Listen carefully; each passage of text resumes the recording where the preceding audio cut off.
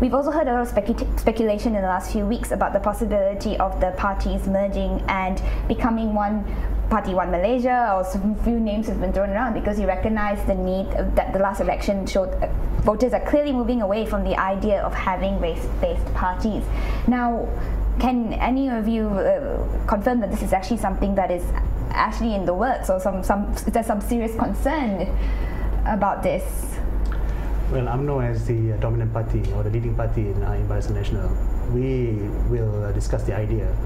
But unfortunately, historically, the formation of Barisan Nasional also was, during independence, was done on a compromise basis. Therefore, we didn't want to basically be the dominant community. We tried to get everybody in, so we divide a lot of things in a ratio that maybe doesn't work as well today. So that's why even when it comes to the cabinet, we divide amongst the races from Kedah, Perlis, right down to Sarawak. That's why we have a cabinet that's big.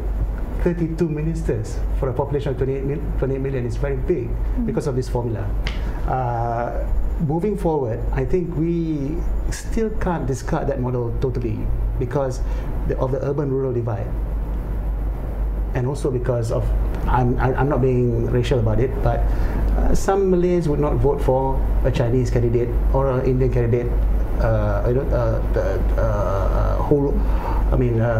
voluntarily. But if Barisan will represent the candidates, but if Pakatan say we put a Chinese candidate in a Malay majority area, and Pakatan puts a Malay candidate on that side, the Malays would still, have a hesitancy to vote for a Chinese candidate. They might vote for the other side because that guy is a Malay. So Pakatan Rakyat is actually a collection of three parties. They try to compromise. DAP takes care of the Chinese, Pakatan is in the middle, and PAS goes after the Malay vote. Even they are compromised, but they are not officially under one symbol, one banner. But they have discarded. They say they do not. They say, but when you look at the ESCO allocations, it's all still race based. The seats allocations, all that, by and large, are still ethnic community based. Can I add to this? But do you think that if BN continues on in the way that they do, that in terms of maintaining this, if you continue along ethnic-based party lines, as opposed to Pakatan Rakyat, who you say, even though they say they're not ethnically based, but by policy they're preaching that they are multiracial. But people do not see through what they're doing.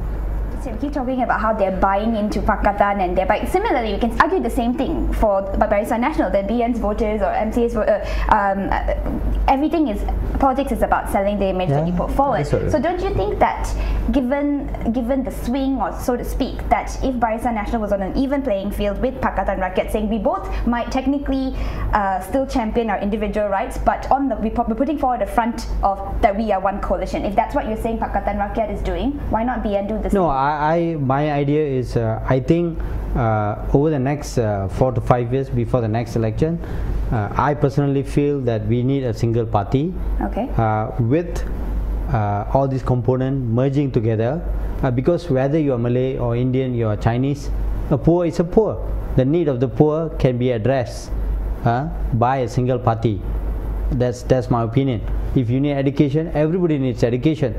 But of course there are special needs of the Malay, the Tamil school, the Chinese school, they need to be addressed separately. But even a single party, I mean, to me, over time, you can have a single coalition over time. That's my personal... How much time are we? What's the time frame here? I think before the next general election. But would you say this is something you can't do it overnight? You can't do it overnight?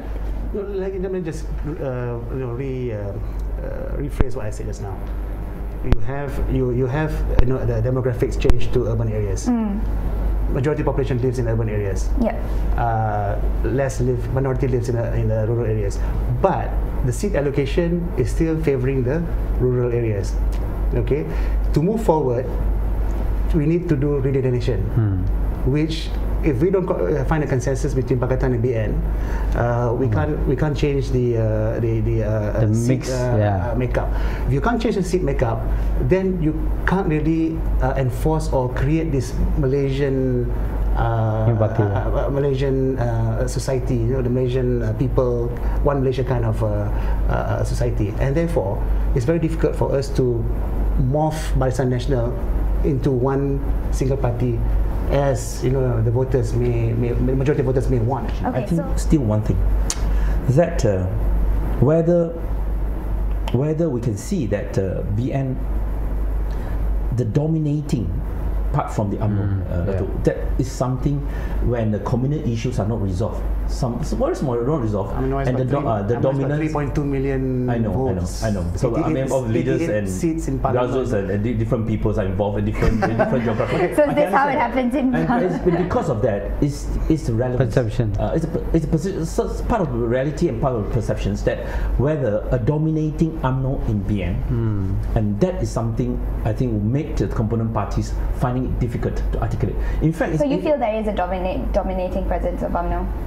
At least there's a certain reality of it and certain perception of it that make the component parties feel they are weak.